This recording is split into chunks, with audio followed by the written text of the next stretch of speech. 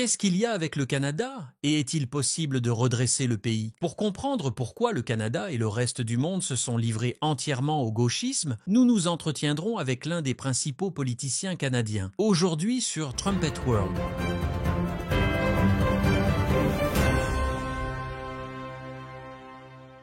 La revue La Pure Vérité s'est proclamée une publication axée sur la compréhension. De nos jours, avec la trompette, nous suivons dans ses traces avec le slogan « Comprendre votre monde ». Le Canada vit quelque chose qui devrait être familier pour beaucoup de gens autour du monde. La gauche est devenue l'extrême gauche, tandis que la droite est devenue inutile et glisse de plus en plus vers la gauche. Je voulais comprendre cela, ainsi que ce qui se passe plus généralement au Canada à l'approche des élections qui se tiendront plus tard dans l'année. C'est pourquoi j'ai rencontré l'un des plus grands hommes politiques du Canada. Voici l'interview, j'espère que vous la trouverez éclairante. Je suis très heureux d'accueillir aujourd'hui Maxime Bernier, fondateur et chef du Parti populaire du Canada. Monsieur Bernier, merci beaucoup d'être avec nous aujourd'hui. Merci de m'avoir invité, je suis très content d'être ici. Avec plaisir, c'est un honneur de vous accueillir aujourd'hui. Récemment, l'on vous a décrit comme le Donald Trump du Canada. Je pense que les Anglais vous comparent à Nigel Farage. Vous avez été ministre dans le gouvernement du Parti conservateur sous Stephen Harper. Vous avez ensuite quitté ce parti. Je pense que la plupart de nos auditeurs canadiens vous connaissent bien. En fait, nous avons récemment fait une émission sur le Canada et quelqu'un nous a écrit pour dire que nous n'avions pas assez parlé du Parti populaire. Nous pouvons donc y remédier aujourd'hui. Donc, pour commencer, pourriez-vous vous présenter en donnant quelques informations sur vous-même et sur votre parti? Oui, bien sûr. Je dois vous dire que je ne suis pas un politicien de carrière. J'ai travaillé dans le secteur privé pendant 19 ans avant de me lancer dans la politique. Je travaillais dans le secteur financier, en tant que vice-président d'une banque et de compagnie d'assurance. J'ai décidé de me lancer dans la politique en 2006, comme vous l'avez dit, avec Stephen Harper. À l'époque, Stephen Harper était le chef du Parti conservateur du Canada. J'ai donc été ministre de l'Industrie, ministre des Affaires étrangères, ministre des Petites entreprises et du Tourisme. Lorsque Stephen Harper a démissionné de son poste de chef du Parti conservateur du Canada en 2016, nous avons eu droit à une course à la direction du Parti conservateur du Canada. Cela a eu lieu en 2017 et 2018. Je me suis présenté pour devenir le chef du Parti conservateur à l'époque, mais je n'ai perdu de justesse avec 49% des voix. Nous avions à l'époque une plateforme solide basée sur 4 principes. La liberté individuelle, la responsabilité personnelle, le respect et l'égalité. Et toutes nos politiques étaient conformes à ces 4 principes. Après cette course à la direction, j'ai effectivement travaillé avec le nouveau chef du Parti conservateur du Canada à l'époque, Andrew Scheer. J'ai travaillé avec lui pendant 15 mois. Mais comme vous le savez peut-être, au Canada, nous avons eu des élections générales en 2019. Et c'est alors que j'ai eu une réunion privée avec lui, et je lui ai demandé « Est-ce que vous vous emparez de certaines de nos idées qui ont été très populaires auprès des membres conservateurs pour la prochaine plateforme électorale du Parti conservateur du Canada aux élections générales? » Et il était très honnête, il l'a nié. Et il m'a dit « Maxime, vos idées étaient très populaires auprès des membres de notre parti, mais elles ne le sont pas auprès de la population en général. » Mon objectif actuel est d'être élu premier ministre et je ne prendrai aucune de vos idées. En fait, aujourd'hui comme à l'époque, le Parti conservateur et Andrew Scheer n'ont que le nom de conservateur. J'ai donc décidé de démissionner et nous avons créé le Parti populaire en 2018 sur la base de la même plateforme que celle que j'avais présentée lors de la course à la direction du parti. Les conservateurs ne voulaient pas lutter contre l'hystérie climatique. Ils ne voulaient pas discuter de l'immigration au Canada. Ils ne voulaient pas équilibrer le budget. C'est pourquoi le Parti conservateur n'était pas et n'est toujours pas conservateur. C'est comme le Parti conservateur britannique aujourd'hui. Nous avons donc créé le Parti populaire. Nous avons organisé nos premières élections en 2029 et nous avons obtenu 1,6% des voix. Lors de la deuxième élection, en 2021, nous avons obtenu 5% des voix, soit presque le triple de la première élection. Et maintenant, nous aurons des élections générales au Canada cette année, en 2025. Ce sera peut-être au printemps ou peut-être en octobre de 2025. Comme vous le savez, Le premier ministre Justin Trudeau a démissionné. Le Parti libéral du Canada est actuellement en pleine course à la direction. Ils auront un nouveau chef la première semaine de mars et des élections pourraient avoir lieu au printemps. Nous ne le savons pas, mais nous sommes, en tant que parti politique, un parti populiste qui défend les valeurs canadiennes et les valeurs familiales. Nous défendons les Canadiens en mettant les intérêts de notre pays en premier. Nous sommes le seul parti politique national au Canada qui lutte contre l'agenda mondialiste des Nations unies. Nous nous retirerons du pacte sur les migrations des Nations unies, nous nous retirerons de l'accord de Paris sur le climat. Nous sommes également le seul parti politique national au Canada qui s'oppose à la guerre en Ukraine, ou plutôt la guerre par procuration entre les États-Unis et la Russie qui se déroule en Ukraine. Le gouvernement canadien a dépensé environ 15 milliards de dollars pour aider l'Ukraine. Nous sommes contre cela et croyons qu'il faut ramener cet argent chez nous. Voilà donc les croyances du Parti populaire. Et nous sommes prêts pour les élections canadiennes, et nous sommes, comme vous l'avez dit au début, un peu comme le parti de la réforme de Nigel Farage, qui veut contrôler l'immigration et réduire la taille du gouvernement. J'ai été le seul leader national qui s'est opposé au confinement pendant l'hystérie de COVID. Notre parti est pour la liberté individuelle, la liberté de choix. C'est pour cela que j'ai été emprisonné en 2021, parce que je m'exprimais pour les libertés, contre les vaccins et pour la liberté de choix. Nous sommes donc un vrai parti populiste et nous avons des politiques qui vont dans le sens du président Trump. Par exemple, nous luttons contre la censure au Canada. Nous luttons contre les mondialistes, mais aussi contre l'idéologie wokiste. Nous mettrons fin au programme de diversité, équité et inclusion dans tout le Canada. Donc, nos croyances ressemblent un peu à celles de Trump sur ces questions. Et je pense que l'avenir sera bon pour nous en tant que parti politique.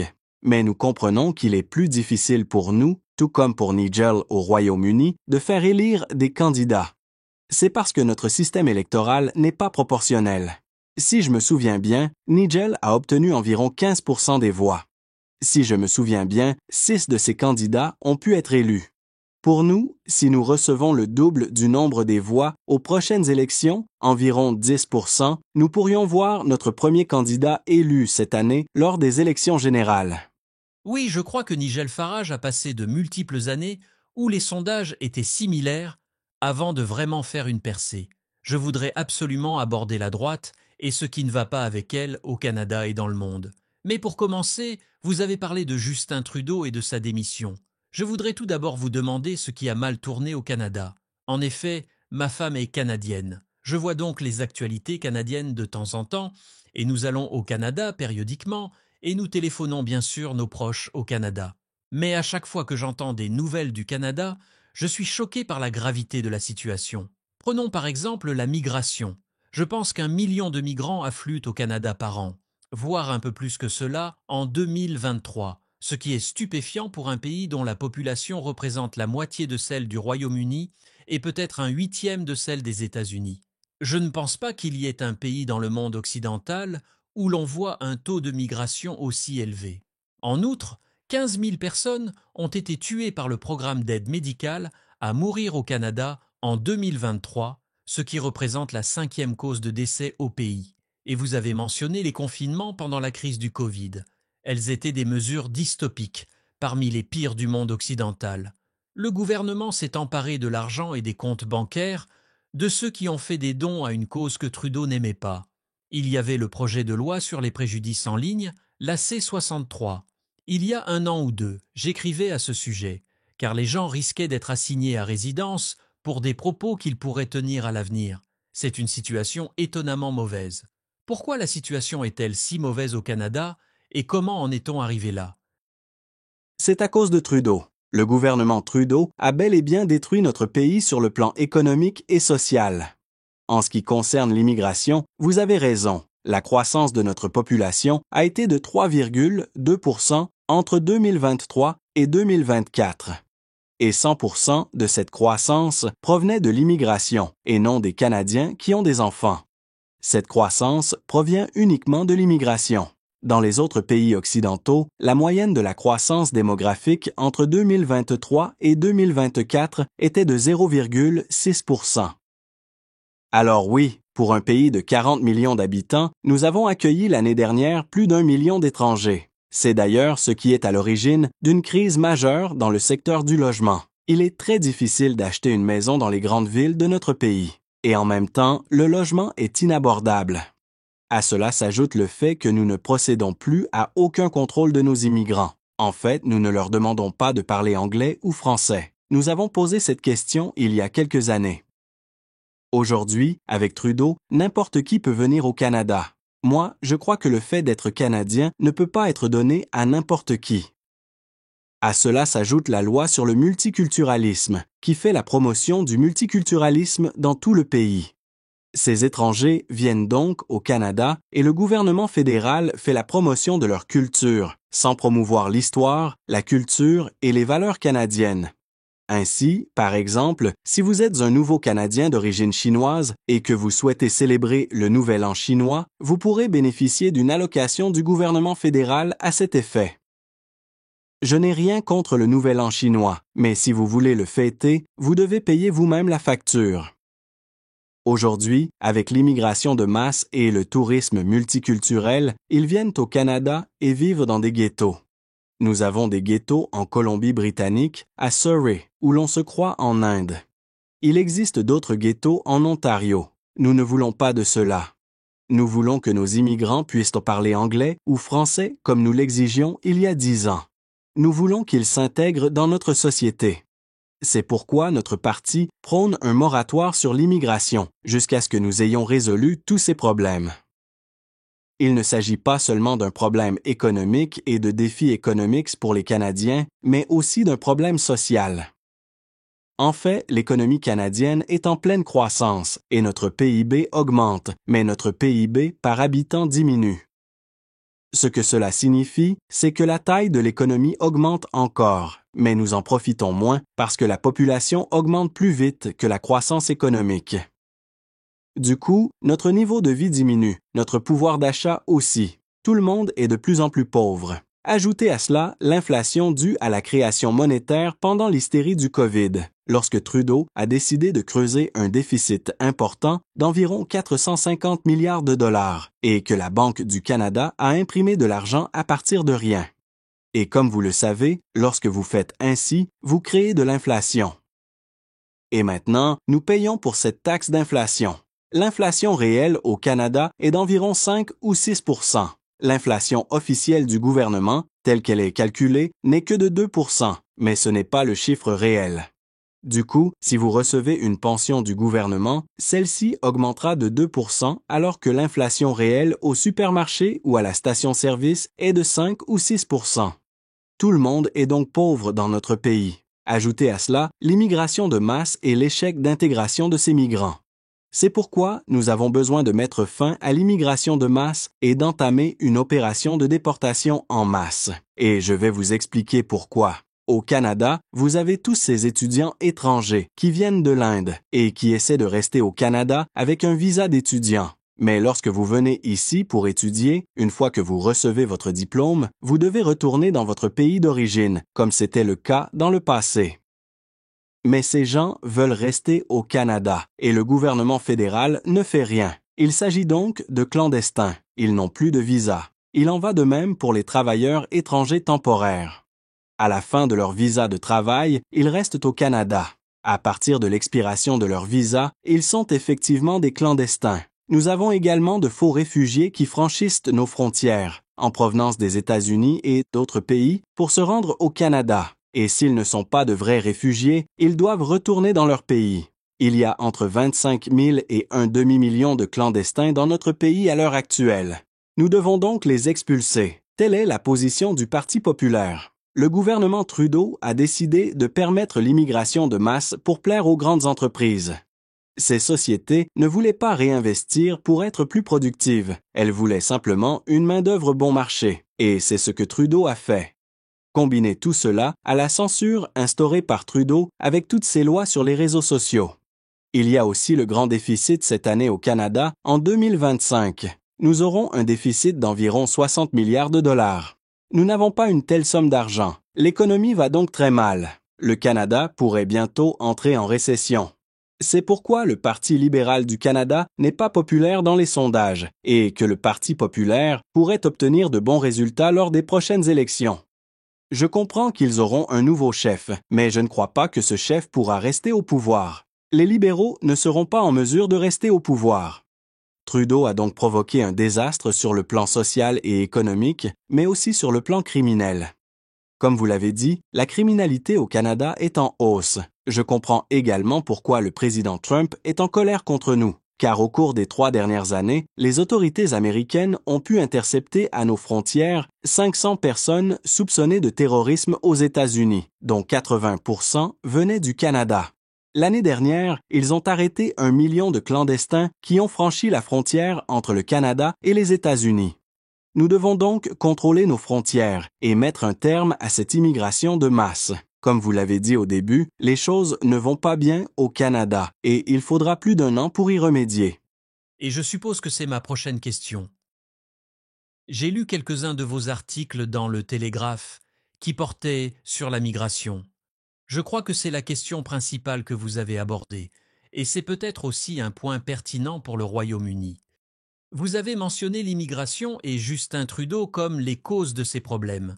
Considérez-vous la migration comme étant à l'origine de beaucoup d'autres problèmes? Ou bien s'agit-il d'une question urgente à laquelle il faut remédier, tandis qu'il existe des problèmes bien plus profonds? Parmi d'autres, citons les taux de natalité au Canada qui sont en chute libre. Bref, est-ce que l'immigration est l'essentiel du problème? Ou existe-t-il d'autres choses à aborder? Oui, c'est l'essentiel, mais c'est aussi facile à réparer. Sachez que je ne suis pas contre l'immigration. Aujourd'hui, ce n'est pas juste parce qu'il y a toutes sortes de personnes qui sont venues au Canada à la recherche d'un emploi, et c'est très difficile pour ces gens d'en trouver un. Ils séjournent dans des hôtels tandis que le gouvernement fédéral en paie les factures. C'est donc difficile pour eux, car ils ne peuvent pas travailler et aider leur propre famille. Donc, si nous nous soucions vraiment de nos immigrés, nous devons mettre un terme à l'immigration de masse et ouvrir nos frontières un peu plus tard. Mais l'immigration est effectivement à l'origine de nombreux problèmes dans notre pays, comme le logement ou la baisse de notre niveau de vie. Par ailleurs, notre système de santé est très mauvais. Il y a de longues listes d'attente pour les interventions chirurgicales et la population ne cesse de croître. Il faut aussi dire que ces immigrés qui affluent dans le pays ne sont pas jeunes non plus. En fait, l'une des manières dont Trudeau a justifié la migration de masse, c'est parce que notre population est de plus en plus vieille. Alors il nous disait que notre population vieillit et que nous avions besoin de jeunes immigrants. Or, les données montrent qu'il fait le contraire. Les immigrés ne sont pas si jeunes. Ils sont du même âge de la moyenne de la population. Et une fois établis, ils peuvent amener leur famille, leurs oncles et tout le reste. Cela ne contribue donc pas à résoudre la crise du vieillissement de la population. Or, notre taux de natalité est effectivement très très bas, comme c'est le cas dans d'autres pays occidentaux. Nous devons essayer de mettre en place des mesures qui encouragent gens à avoir des enfants. Et le meilleur moyen d'y parvenir est d'avoir un petit gouvernement à Ottawa, capable d'équilibrer le budget et de réduire les impôts pour tout le monde. Lorsque les parents auront plus d'argent dans leur poche, cela pourrait les inciter à avoir des enfants. Mais l'immigration en est une question importante, et l'impact de l'immigration de masse sur notre niveau de vie est énorme, et cela détruit le tissu social de notre pays. Nous ne voulons pas en arriver au stade où il y a des zones interdites, comme en France ou en Allemagne. Il est temps d'y remédier dès maintenant, et nous le ferons.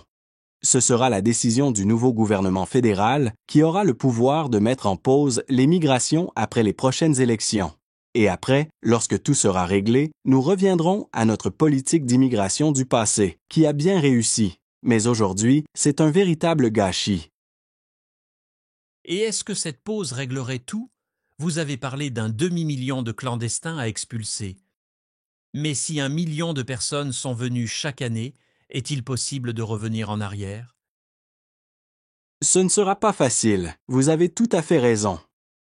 Ce ne sera pas facile, car le gouvernement fédéral a perdu la trace d'un grand nombre de ces personnes, et peut-être que certains d'entre eux ont déjà une famille au Canada. Je ne sais pas, mais il y a beaucoup de fonctionnaires qui travaillent en ce moment même pour alimenter cette immigration de masse. Ce que nous devons faire, c'est réorienter leur travail et leur permettre de retrouver ces clandestins dans notre pays et de les expulser. Mais ce ne sera pas facile. Je suis d'accord avec vous. Nous devons dès à présent envoyer un message à ce sujet aux immigrants. Si vous n'avez pas de permis de travail au Canada, vous devez retourner dans votre pays. Si vous venez ici pour étudier au Canada, après avoir reçu votre diplôme, vous devez retourner dans votre pays d'origine. Et nous devons tout mettre en œuvre pour retrouver ces personnes. Comme vous l'avez dit, ce ne sera pas facile. Le problème, c'est que nous avons ces fonctionnaires qui ont ouvert nos frontières et ont accueilli tous ces étrangers dans notre pays. Maintenant, leur travail doit consister à trouver ces clandestins et les expulser. En fait, nous ne connaissons pas le chiffre réel. Un demi-million d'entre eux sont-ils aujourd'hui des clandestins? Est-ce 25 000? Nous ne le savons pas. Nous devons consacrer des ressources à la recherche de ces personnes et être en mesure de les retrouver par la suite. Est-ce que la principale différence entre vous et le Parti conservateur serait votre position sur l'immigration? Au Royaume-Uni, nous sommes habitués à avoir un gouvernement conservateur qui tient des propos très fermes sur l'immigration tout en laissant entrer un grand nombre de migrants. Est-ce que c'est à peu près la même chose lorsqu'il s'agit du Parti conservateur du Canada? Ou votre désaccord ne se limite-t-il pas à l'immigration?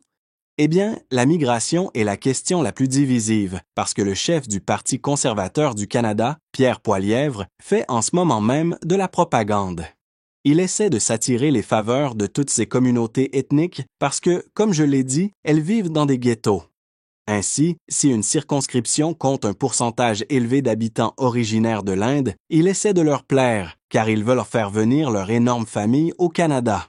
Le regroupement familial fait donc partie de sa politique.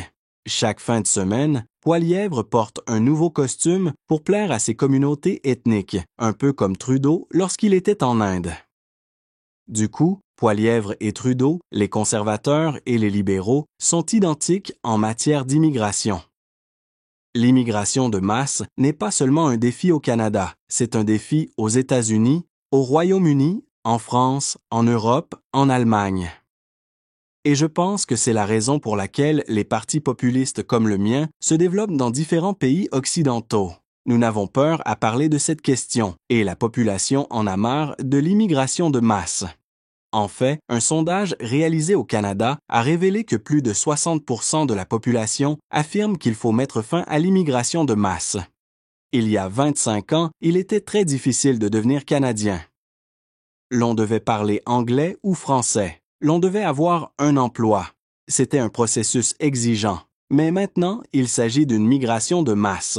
Tout le monde peut venir dans notre pays. La population est donc de notre côté sur cette question. Mais ces politiciens de l'élite n'écoutent pas la population parce qu'ils veulent acheter des votes et être certains d'avoir plus de sièges en s'attirant les faveurs de ces communautés ethniques. Ils veulent tout simplement se faire élire et faire partie du gouvernement. En faisant cela, ils ne travaillent plus pour les Canadiens. Et il est immoral pour un chef de parti politique de donner la priorité aux migrants et aux clandestins et d'essayer de les satisfaire au lieu de travailler pour les citoyens canadiens. Poilievre est coupable de ça. Trudeau, lui, est coupable de ça. Il y a aussi le NPD, et il en est également coupable. Pour nous, je pense que l'immigration sera une question brûlante lors des prochaines élections, parce que c'est de l'immigration que proviennent tous ces autres problèmes sociaux, et j'en parlerai davantage. Mais ce n'est pas la seule mesure que nous prendrons. Notre parti politique prône 4 ou 5 mesures distinctes. Nous énumérons 21 questions principales sur notre site web et vous pouvez le consulter sur peoplespartyofcanada.ca. Vous cliquez sur Plateforme et vous voyez là toutes nos politiques. Nous sommes donc un parti politique un peu différent, car nous faisons de la politique par conviction et par idée. Et nous n'avons pas de nouveaux programmes à chaque élection, basés sur des enquêtes et des sondages. Nous ne faisons pas d'enquêtes ni de sondages. Nous pensons et nous croyons que la population canadienne a été manipulée par les médias gauchistes, comme lors de l'hystérie du COVID, et par les politiciens gauchistes.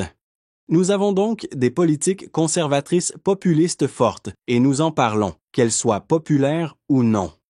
Lorsque j'ai commencé à parler d'immigration en 2029 au Canada anglophone, on m'a taxé de raciste parce que je voulais simplement qu'il y ait moins d'immigrants. Et maintenant, tout cela fait la une des médias populaires. Les grands médias remettent aujourd'hui en question la politique d'immigration. Il leur sera très difficile de me qualifier de raciste lors des prochaines élections. Nous avions raison en 2029 et nous avons encore plus raison aujourd'hui. Du coup, voilà le Parti populaire. L'immigration fera partie de notre programme et nous ne tolérerons pas toute cette idéologie wokiste. Nous ne jouerons pas ce jeu.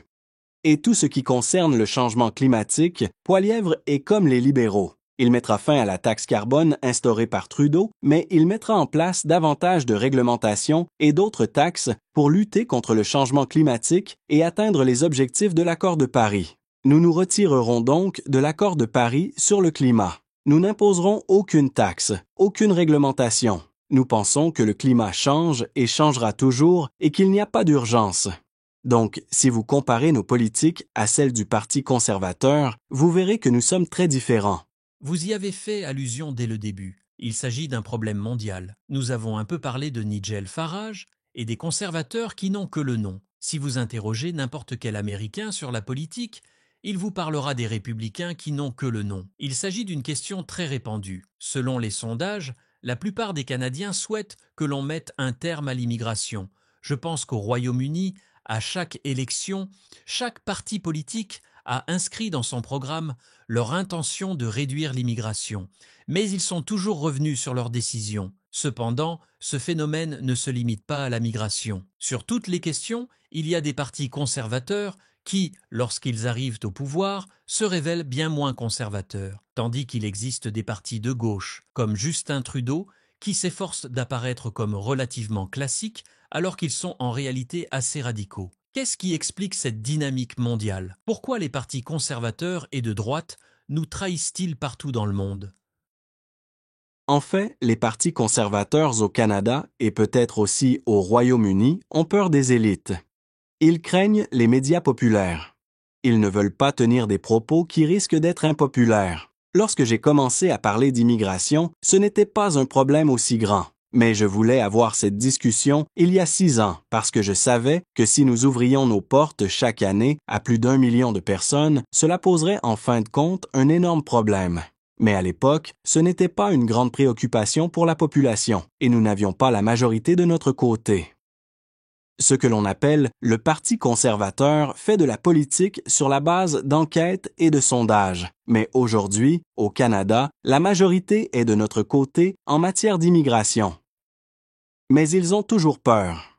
Ils ont encore peur des grands médias. Ils ont encore peur d'en parler parce que leur premier objectif est d'avoir le soutien de ces communautés.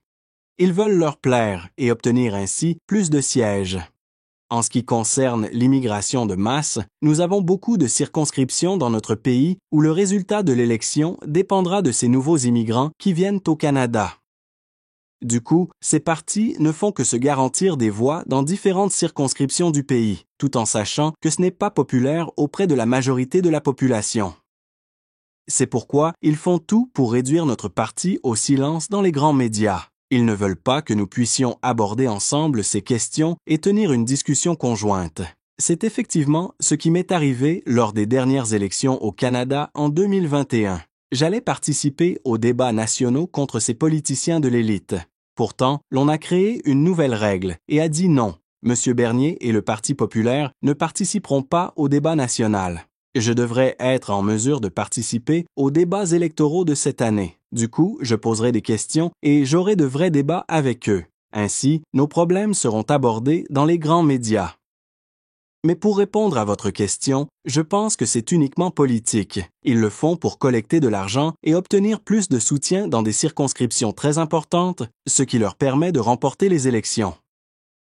En agissant de la sorte, ils ne travaillent donc pas pour la majorité de la population. Ils se plient tout simplement aux exigences de ces migrants. Il y a certainement un compromis sur les migrants. Mais aussi, vous avez mentionné dans votre introduction que les valeurs familiales et les valeurs canadiennes sont importantes pour vous et pour le Parti populaire. Pourtant, l'on se demande souvent quelles sont vraiment les valeurs canadiennes. On dit dans les sources officielles que c'est le multiculturalisme ou la diversité. Du coup, quelle est votre vision des valeurs canadiennes et des valeurs familiales? Vous avez raison sur ce point. Les gens disent souvent que notre système de soins de santé fait partie des valeurs canadiennes. Mais notre système de santé ne fonctionne pas.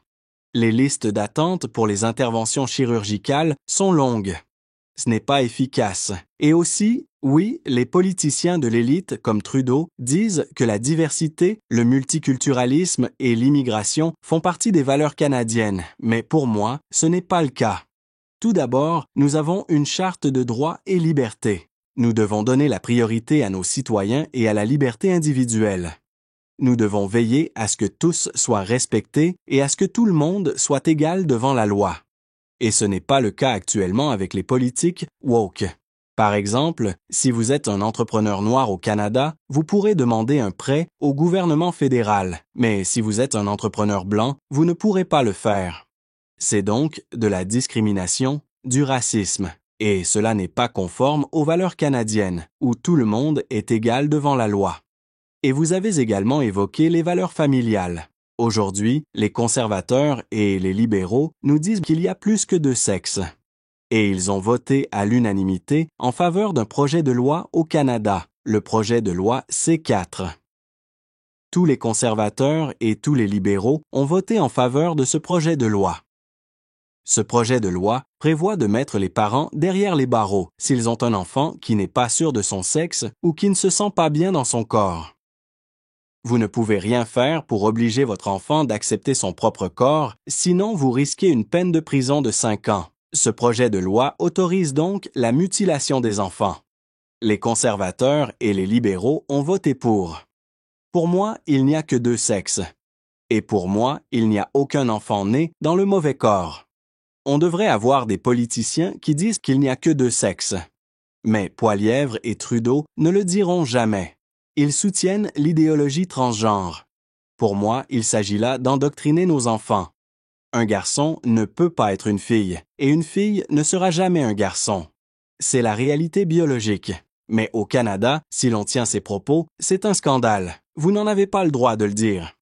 Ce n'est pas politiquement correct, mais moi, je préfère dire la vérité plutôt que d'être politiquement correct. Mais tout cela va à l'encontre des valeurs familiales, des droits parentaux.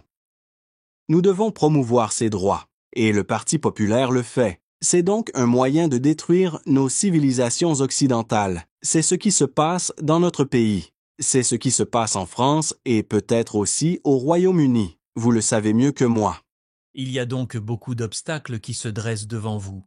Comme vous l'avez dit, il y a les médias grand public, il y a les deux partis politiques, les conservateurs et les libéraux, et ils adoptent des positions qui, il y a 5 ou 10 ans, auraient certainement été considérées comme incroyablement extrêmes. Citons parmi d'autres la question des transsexuels. Il y a aussi le domaine de l'éducation qui enseigne des valeurs très différentes que les vôtres. Si je me souviens bien, l'une des fois où j'étais au Canada, c'était pendant le Covid, et tous les drapeaux étaient en berne à cause de ça.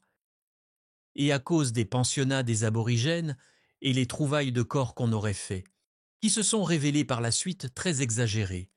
On assiste à une généralisation, si je puis dire, de cette haine de l'histoire canadienne, même avec le déboulonnage des statues. Comment contrecarrer et faire face à cette opposition ? C'est en effet un peu plus difficile pour nous parce que les médias essaient de me réduire au silence.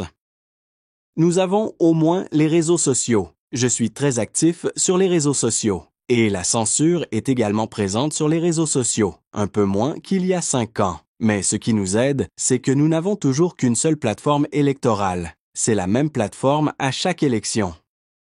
Ce que je vous dis aujourd'hui, je l'ai dit il y a 6 ans, 10 ans. On peut retrouver des vidéos datant d'il y a 6 ans, dans lesquelles je dis la même chose qu'aujourd'hui. Ce qui est le plus important en politique, c'est votre crédibilité.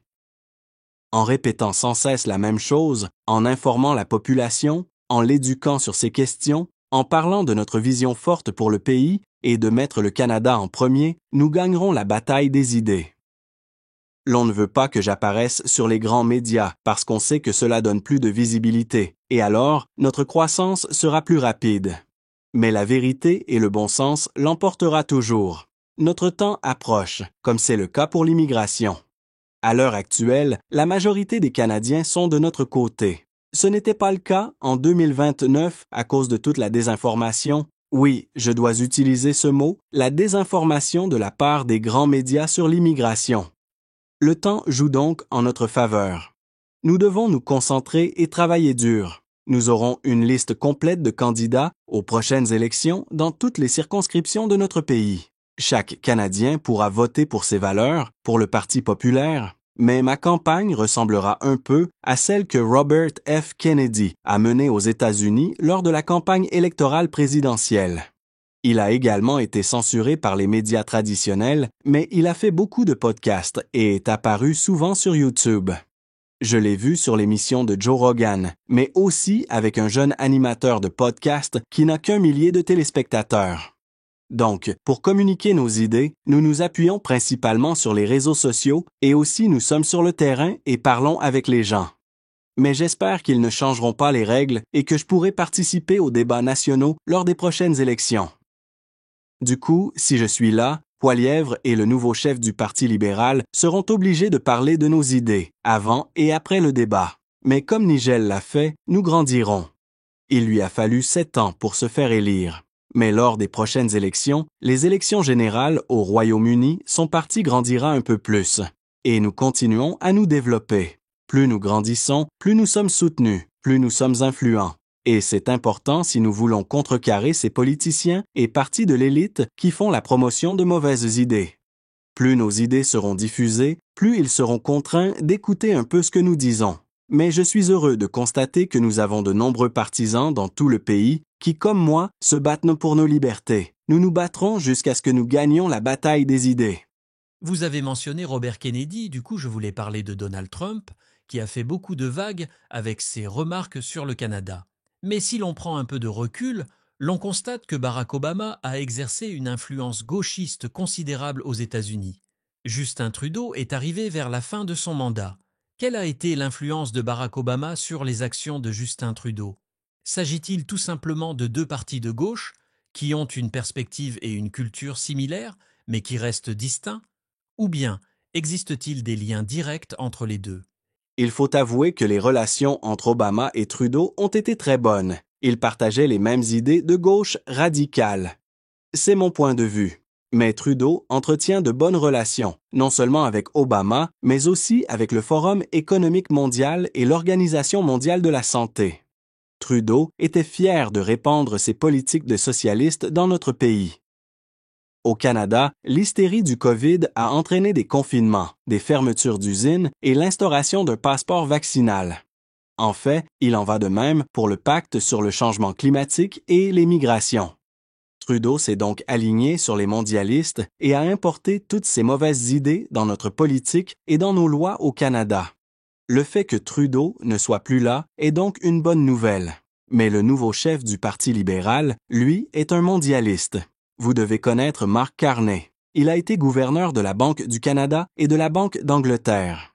C'est lui qui a travaillé pour l'ONU avec pour but d'imposer des mesures aux grandes entreprises pour lutter contre le changement climatique et mettre en place des politiques de diversité, équité et inclusion. M. Carney deviendra peut-être le nouveau chef du Parti libéral, mais M. Carney est le mondialiste en chef au Canada. Trudeau a donc eu un impact très négatif sur la politique canadienne. Je pense que les historiens le jugeront comme l'un des pires, voire le pire premier ministre de l'histoire de notre pays. Et il emboîtait le pas de Barack Obama sur certaines questions. Il suivait les Nations unies, il suivait le Forum économique mondial. Toutes ces organisations étaient donc présentes dans notre pays. C'est pourquoi nous voulons nous retirer du Forum économique mondial. Comme je l'ai dit, nous nous retirerons de l'accord de Paris. Nous ne financerons pas les Nations unies. La seule exception sera si elle agit en accord avec nos valeurs. Toutes ces organisations et tous ces hommes politiques ont influencé Justin Trudeau, mais personnellement, il est un socialiste, pas le moins du monde. C'est un socialiste comme l'était son père. Ce que Trudeau a fait n'est donc pas une surprise. Il a réussi à convaincre les gens de toutes ces politiques mondialistes. Je sais que vous devez partir dans quelques minutes, mais je pense que vous avez soulevé de nombreux points très intéressants. Je pense qu'il y a beaucoup de choses différentes que j'aimerais demander. Mais peut-être une dernière question.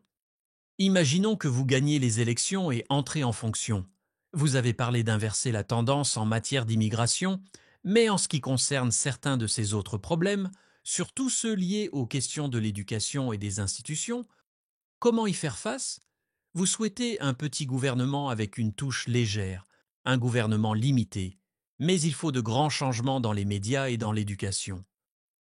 Comment un petit gouvernement peut-il y parvenir? Car il est évident que si vous commencez à dicter aux médias ce qu'ils peuvent ou ne peuvent pas dire, vous devenez le problème que vous vouliez arrêter. Si vous gagnez, comment allez-vous redresser le Canada? Je crois en la liberté de la presse. Ce que nous ferons, c'est arrêter de subventionner les grands médias et journaux et les grandes chaînes de télévision, comme CBC et Radio-Canada. Nous voulons qu'ils soient indépendants. Aujourd'hui, ce n'est plus le cas. Ils sont les organes de propagande du gouvernement. Il faut donc commencer en supprimant le financement de la CBC et en coupant toute subvention destinée aux médias grand public. Ensuite, il faut ramener au Canada tout l'argent actuellement consacré à l'aide à l'étranger. Nous pouvons ainsi économiser 10 milliards de dollars si nous réduisons les aides à l'étranger et les subventions aux grandes entreprises. Cela représente 10 milliards de dollars supplémentaires. En faisant tout ça, nous pourrions équilibrer le budget en un an.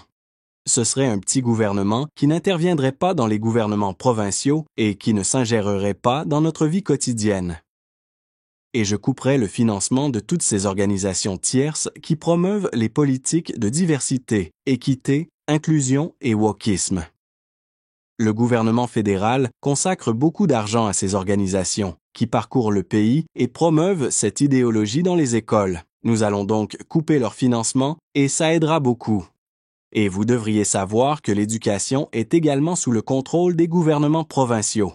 Je n'interviendrai pas sur ce point, mais nous réduirons le financement que le gouvernement fédéral accorde à ces organisations qui ne propagent pas les valeurs canadiennes. Et sur l'immigration, comme je l'ai dit, il y aura une pause. De plus, nous abrogerons toutes les lois que Trudeau a promulguées sur la censure des réseaux sociaux. Nous serons donc en mesure de procéder à tous ces changements, mais le plus important est que nous aurons le mandat, la crédibilité et l'autorité nécessaires pour procéder à ces changements, car cela fait partie de nos croyances depuis la création de ce parti en 2028. Ce sont toujours les mêmes politiques que nous mettons en avant, et maintenant, personne ne pourra nous dire que nous n'avons pas l'autorité de faire quoi que ce soit et que c'est trop radical. Quand serons-nous au gouvernement? Je ne sais pas, peut-être dans 1 an ou dans 5 ans, mais nous aurons l'autorité nécessaire pour imposer et mettre en œuvre notre plateforme. Bon, merci beaucoup d'avoir été avec nous aujourd'hui, Monsieur Bernier. Vous avez mentionné tout à l'heure votre site web. Voulez-vous nous dire à nouveau à nos auditeurs comment retrouver votre site web et comment en savoir plus sur vous et sur votre parti? Oui, ils peuvent me suivre sur Twitter, sur X, @Maxime Bernier. Ils peuvent également me suivre sur divers réseaux sociaux. Mais s'ils veulent en savoir plus sur le Parti populaire du Canada, ils peuvent consulter notre site web. Tout y est peoplespartyofcanada.ca. Ils peuvent lire notre plateforme. Et s'ils sont d'accord avec nos propos, j'espère qu'ils nous aideront à atteindre un plus grand nombre de personnes et de devenir plus visibles sur les réseaux sociaux. Je tiens à vous en remercier, car je sais que de nombreux Canadiens regardent votre émission. Je vous remercie donc de m'avoir donné l'occasion d'être avec vous. Merci beaucoup d'être avec nous et nous suivrons avec beaucoup d'intérêt les actualités et les élections au Canada cette année. Merci, je vous souhaite une excellente journée. Merci à vous. Voilà pour notre interview. Je pense qu'elle permet d'illustrer l'ampleur de la transformation nécessaire au Canada. Nous avons également parlé de ce qu'il faudra faire pour inverser la tendance ou pour résoudre certains de ces problèmes. Je pense que de plus en plus de gens comprennent que nous avons besoin d'une sorte de révolution mondiale. Nous avons tenu cette interview la semaine où Donald Trump a été investi aux États-Unis et a lancé lui-même une sorte de révolution avec la centaine de décrets qu'il a pris dès le premier jour. Et je pense, comme vous l'avez probablement vu dans certaines de mes questions, que mon désaccord avec M. Bernier porte sur l'ampleur du problème et sur la révolution nécessaire pour le résoudre. Je pense qu'un dirigeant doit être optimiste et croire que les problèmes peuvent être résolus. Mais comme vous avez pu le constater lors de cette discussion, il faudra beaucoup de choses pour inverser la tendance. Il faut régler le problème des médias, du journalisme, de l'immigration et de toute une série de problèmes dans la société en général. Il est nécessaire d'inverser le déclin moral. Il faut changer les convictions et les priorités de l'ensemble du Canada. Ce que je retiens, c'est qu'il faudra effectivement un miracle pour inverser la situation. Il y a quand même des choses que nous pouvons faire pour améliorer la situation. On le voit aux États-Unis avec Donald Trump. On n'est évidemment pas d'accord avec tout ce qu'il a fait, mais il y a beaucoup de mesures proactives et positives qu'un leader fort peut prendre pour réparer certains des dégâts provoqués par la gauche radicale. Et je pense que M. Bernier en fait de même. Avec un leader de droite qui a du cran, il y a certainement des choses qu'il peut améliorer. Mais pour vraiment inverser la tendance, l'ampleur du défi exige un miracle. C'est pourquoi sur Trumpet World, nous montrons que toutes les actualités mondiales s'inscrivent dans le cadre du plan d'un Dieu aimant, mais nous indiquons aussi que nous avons besoin de lui, que nous ne pouvons pas résoudre nos problèmes tout seuls. J'aimerais clore cet épisode en mentionnant notre livre gratuit, Les Anglo-Saxons selon la prophétie.